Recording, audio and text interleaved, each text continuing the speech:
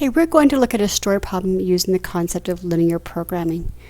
What that does is it looks at a variety of scenarios talking about things like limits. In the math world, we also look at that idea of vertices, and we're going to check these out.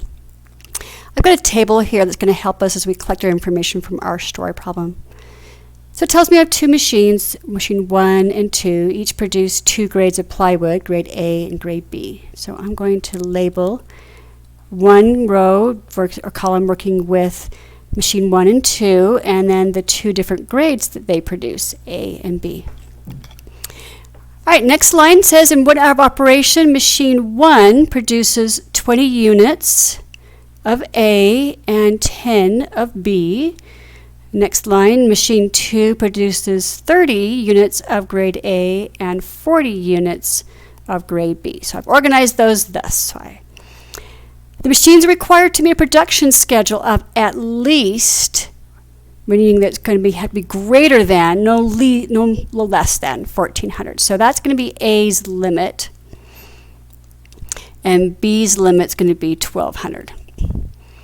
Okay. Assuming the cost of operating machine A is $50 per hour and operating machine B is $80 per hour, find the number of hours each machine should be operated so as to minimize the cost. So this is a very business-like situation. We want to use them. They have to work so much production, but we also want to make sure that they're producing the best cost value for us. Now, this particular sentence here is separate from working with the production time. It's going to be our test value when we know about the cost. So you can think of it as a function of sorts.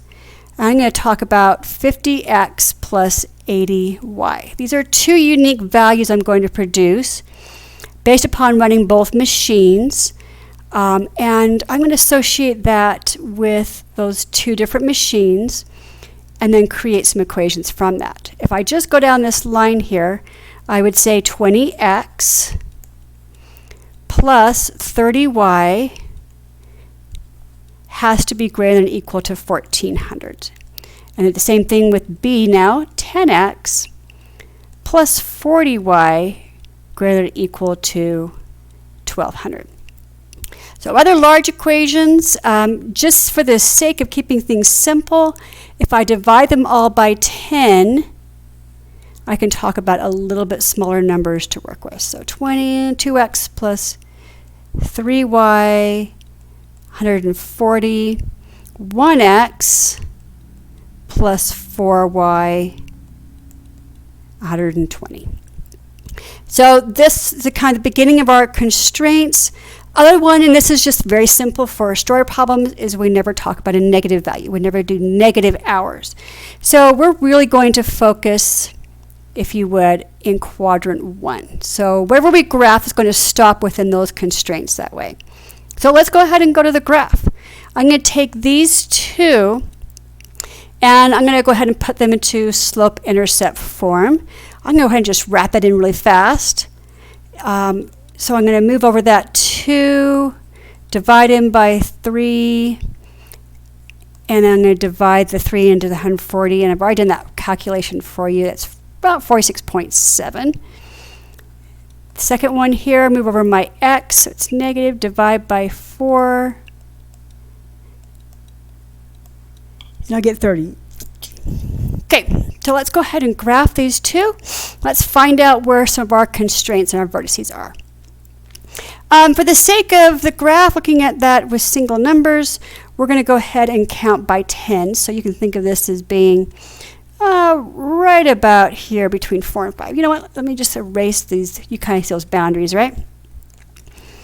And then I'm going to go ahead and go down to over 3, down to over 3. But I'm going to keep my line within these boundaries. Okay, this next one here, let's just do this one in yellow. We're going to start at the 3, down 1 over 4, down 1 over 4, like such. Now, I've given a visual look for it because I'm not going to go into specifics. This vertex right here I'm going to have to solve for individually. I just can't make assumptions basically the way that I've had to graph it. But it gives me kind of a feel for the look. if I was to shade this yellow one and put in my 0 values, testing 0, 0, I would say, is 0 greater than 30? No. So I'm going to avoid this direction and shade upwards. Let's shift over to our green graph. Same question, is 0 greater than 46.7? Nope. So I'm going to shade upwards again to avoid it.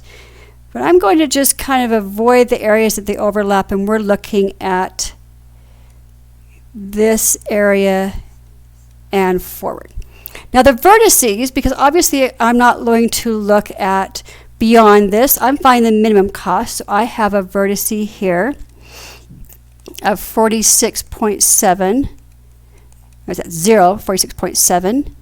I have another one that's going to be over in this direction here. And if I had continued this yellow graph, let's go ahead and do that. If I had gone down 1, over 4, down 1, over 4, down 1, over 4, I would have hit 12, which we're going to go ahead and see that as, yeah, we'll go ahead and put 120. Notice I'm not going to pick the 4 point, I counted it differently that way. Now, in order to find this guy here, we're going to go ahead and solve for these two.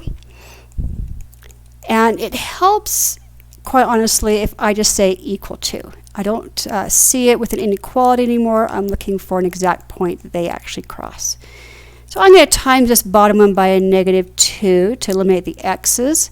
I'll times it and put it up top here. -2. -8y equals -240. As I add these two rows together, my x is gone, and I have a -5y equal to a -100. And when I divide by a -5, I get that y is 20. So this is going to be that coordinate. Y is 20. What will x be?